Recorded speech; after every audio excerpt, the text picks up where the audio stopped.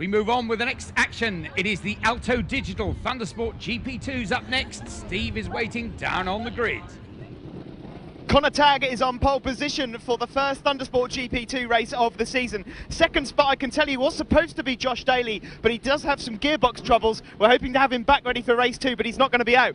The Italian stallion from Walton, Rick Ballerini, lots of experience. He's looking for a podium again today. And then we've got Liam Shellcocker. Great to see him on the front row. Plenty of other riders to look out for, though, Robin.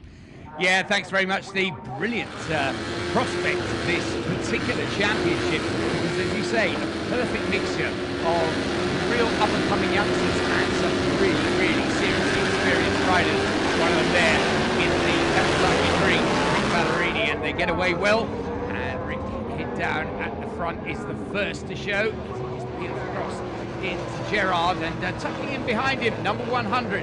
One of the quickest of the youngsters, Connor Tagg, and well, we'll have to see, Steve, won't we, what kind of a race head Connor's got on this year. He's such a prospect, and if he can race the way he qualifies, he could well take the championship at the end of the year.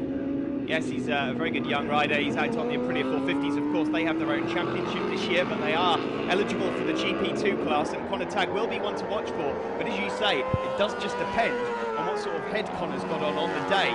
Oh, losing the front end there, Rob Chisholm, Robin, that is a quick pace to come off. Dear, oh dear, and he's done a proper job of it too. That is fairly well trashed. Let's hope for his sake it's mostly cosmetic. Look at that. Yes.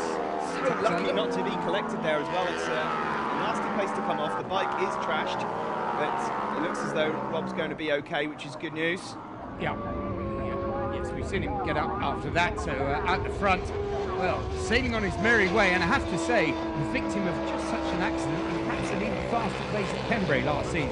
Rick Ballerini then did absolutely total his bike, but today, well, he's upright, he's on it, and, working hard up the front. And these inconsistent conditions here, Steve, he's a master of these, isn't he? The track's still damp in places at the moment. It is, yeah. And, well, Rick Ballerini is experienced in pretty much every condition that there is and every circuit. And he's got another experienced rider just behind him, Ian Popplewell there, number 17, just heading into Shaw's hairpin, leading MiniTwin runner also. We've got Shellcock and Dixon, 35 there. And there's Popplewell then. In third place still, Connor Tagg.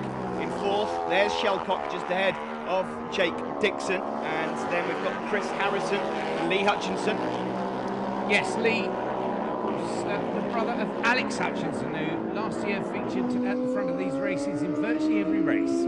Yes, last year's champion, Alex Hutchinson, who's here actually this weekend supporting his brother.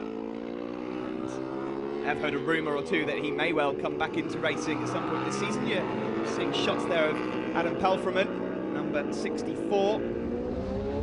And there's Ian Popplewell then in second position. Ian Popplewell doing very well to be second overall in this race. We're just seeing a move there coming from MiniTwin runner. That was Lee Hutchinson. So there's Popplewell, Tagg just behind, and Connor struggling a little bit in these conditions, maybe not just quite as confident as he is when it's fully dry. Yeah, I think one of the things with Connor this year, we chatted to him earlier on today, and he's, I think, got on board certainly that thing about finishing first. First you have to finish, and this year he's not go. Oh, and somebody's not been listening to Connor's advice, dumping it there up at Shaw's. It's Brian Inglis. Yes, Connor is aiming to score good points in every round. That's his task this year, but mainly to stay on the bike, and that's how you do it. And up the front, there we see he's just nicked by Ian Popplewell, so Connor Tagg gets that number 100 Aprilia up into second, ahead of Ian Popplewell. Well, of course, it's that same old story, Robin. The first round of the championship is always an iffy one. We're just seeing Josh Daly going through there, so maybe he started from the pit lane, because I know that he was having gearbox problems. Pelfreman just going up the inside of him. But yeah, you can't win a championship in the first round, but you can certainly lose it. So collecting some solid points is the way forward, and Rick Ballerini is on his way to try and collect 25 of them. Connor Tagg still in second then. Well, it's interesting, isn't it? Just looking down at the screens, Jake Dixon. Last year we saw as a super team, he was just so good, whatever the weather conditions, the track conditions, and he's just put in the fastest lap of the race, so he's pushing on as well towards the end of this. There, Ballerini for the last time in first of these Alto Digital Consport GP2 races today. Yes, quick wave at Sid and the flag, and very happy indeed to pick that first win. He will be followed home across the line by Connor Tagg. There we see the finishing order. Rick Mallory the win, Connor Tagg second, Ian Popwell is first home and leading MiniTwins. Jake Dixon got up to fourth, Liam Shelcott was fifth, and Lee Hutchinson finished sixth. There we see 1, 2, 3. There, the first three in the MiniTwins: Ian Popwell, Lee Hutchinson, and Sam Nicholson. Winner of the Mini-Twin Cup, Ian Popwell. Ian, after a bad crash here last year, good win. He must be glad to be back, and third overall as well. Good result. Yeah, glad to get over that one there. Every lap, bit cautious of that part there, but the bike's been put back together by Spares Unlimited Hull. Quick clutch, and Clive from Rabia Paint's done a brilliant job of the paint work.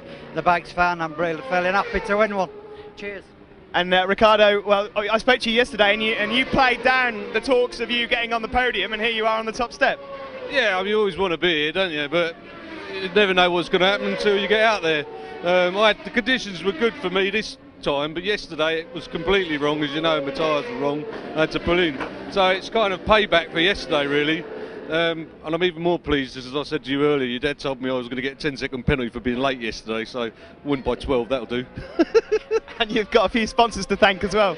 Yeah, I'd like to thank everyone at JLA, Alec at AD Services, Neil especially at H&S, my other half putting up with me, and just generally Thundersport for putting on a good show. Well done to you both. Thanks very much. Cheers.